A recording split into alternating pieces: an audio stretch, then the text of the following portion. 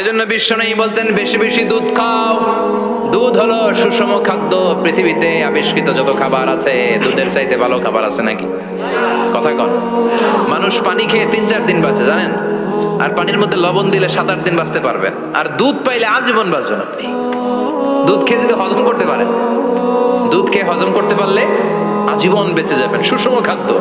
বিশ্বনবীকে বুখারীর বর্ণনা 3টা গ্লাস দেয়া হলো। কাদাহ ফিহি লাবান, এক গ্লাসের মধ্যে দুধ ছিল। ওয়া কাদাহ ফিহি আসাল, আর এক গ্লাসের মধ্যে ছিল মধু, আর এক গ্লাসের মধ্যে ছিল মদ। কাদাহুন ফিহি খামার। বিশ্বনবীকে 3টা গ্লাস দিয়ে বলা হলো নবী চুজ করেন কোনটা নেবেন।